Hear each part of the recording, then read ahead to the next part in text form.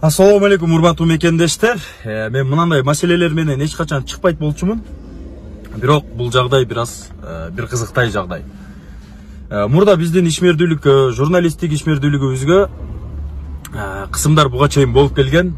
Бул кайсыл адамдар тарабынан дей турган болсок, паланчымын, паланчынын тууганымын, паланчынын досумун, паланчы түкүнчүнүн таанышы болом деп чыгып аткандар толтура болгон. Бирок бул жагдайда правоохранительный органдар тарабынан эмне үчүн кысым деп айтып атам? Келбесең паланча түкүнчү болот, сен сүйлөшүп аткандарың жазылып атат, жооп берип каласың деген ыкмалар менен. Эң кызыгы эмне үчүн биздин Кыргызстанда мыйзам 2 стандарт менен иштейт? Журналисттик топ сабалган учурда тергөөчүлөр мынчалык бат реакция бербейт да. Какой-то бизнесмен заявление жазган учурда 4 айлап, 5 айлап ушинтип тапшит этесиңер журналисттердин артынан. Мен айтып атам, ар бир материалым социалдык тармакка берилген, элге тартуулап койгом, юридикалык оценка бериңиздер деп атам. Дагы эмне калышың керек силерден? Мен ким жөнүндө сүйлөп атам? Свердлов район ички иштер бөлүмүнүн тергөөчүлөрү жөнүндө сүйлөп атам. Ал айым өзү көрсө билет.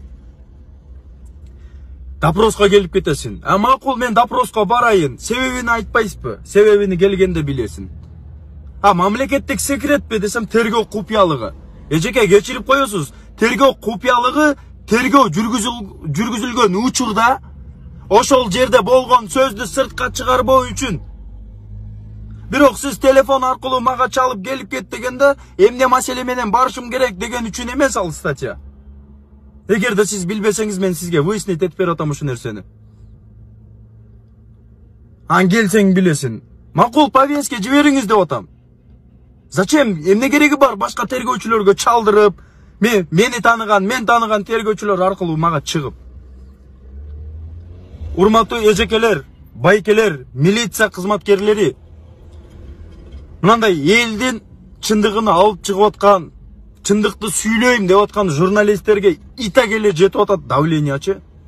Мамлекет тарабынан давление болбосунчу сураныч. Эмнени каалап атасыңар? Каналдарыбызды жабалыбы?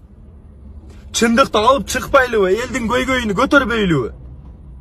Бир да чындыкты мындай өзүнүн акысын талап кылган адам калбасынбы Кыргызстанда? Кандай кылалы? Сиздин укугуңуз, сиздин мыйзамыңыз деп айтып атасыңар. Биз ар бир кылып аткан ишибизде баш мыйзам менен эсептешебиз. Кээ бир тергөөчү, кээ бир милиция кызматкерлерине айтарым.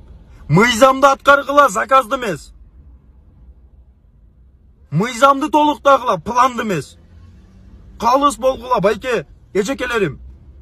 Силердин атыңар, өзүңөрдүн атыңар менен укук коргоочу. Силер укукту коргошуңар керек, тоношуңар керек эмес. Силер коркутушуңар керек эмес, үркүтүшүңөр керек эмес. Ошо коркуп, үркүп калган адамдарга силер жардам колун узатышыңар керек убагында. Силер өз убагында мыйзамды калыс иштеткениңерди бүгүн ошол карапайым эл журналисттерге эмес, силерге кайрылган болмок. Силер мыйзамды өз убагында аткарганыңарда прокуратурага, милицияга кайрылмак элдер. Прокуратуранын, милициянын, соттун эшигин астында самсалап жүрмөк эмес ошол элдер. Журналисттерге кайрылмак эмес. Акча таппайбыз. Түшүнгүлөчү, бул ишибизден акча таппайбыз. Туугандар, байкелер, ушул адилетсиздик, аксыздык болуп атканды көрүп чыдабайт экенде биздин жүрөкчү. Сезимибиз ошо нерсени мындай четке кага албайт экен. Суранам силерден. Давление кылбагыла журналисттерге. Элдин балдарын ушинтип кыса давление кылсаңар эмне болот аягы? Биздин эң чоң байлыгыбыз сөз эркиндиги деп айтасыңар. Кайсы сөз эркиндиги? Кайсы сөз эркиндиги калды бизде? Каалаганы чалып коркутат, каалаганы чалып, каалаган таанышын ортого салат. Кайсы чындык бар? Кайсы сөз эркиндиги? Кайсы 31-чи берене жөнүндө сүйлөшүп атабыз? Же болбосо мындай ачык айкын айткыла бизге, каналыңарды жапкыла, чындыкты алып чыкпагыла. Өзүбүз үчүн талашпай атабыз да, ушул Eldi görgüle iyilaysınlar, eldi görgüle. Men telefon numarimni bir günge bereyim silerge. Обращенияларды уккыла. Bir gün meni telefonumni karmap oturup görsöңөр. Adam emes, mışık ilayt alardın armanına. Ya bizdagi adamбыз да bir gün jarılıp ketet eken da adamçı ушундай жарылат экен. Тойгуздуңар го, тойгуздуңар. Эмне кылалы биз? Камагыла болбосо, вот саатымды чечейин, наручникти салгыла, тык кыла. Өзү үчүн нан, чай сурасак bir жөнүндө мага нан берип атат, чай берип атат деп коем да. Элдин талабын талашып атабыз го, Элдин талабын талашып атабыз болгону ушул.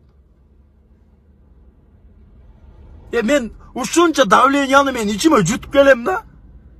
Чоңу чалабы, президенттин өкүлү чалабы, ким чалса деле мен жутуп кетем да. Мейли эми чындыкка күрөшүп атабыз, мейли bir күн өтүп кетер деп. Эми бүгүн милиция кызматкерлери тарабынан болуп аткан ишке мен чыдабай калдым. Укук коргоогула тоногула анда чыгып көчөгө. Ким ишенет, мынантсеңер, уят да, Мен жалпы милиция, прокуратура, укук коргоочу органдын структурасын айтпай атам. Ушундай кызматкерлерге айтып атам. Силер мыйзамды аткаргыла, мыйзамды заказды эмес. Мыйзамдарды, адамдардын жүрөгүн толуктагыла, пландарды эмес.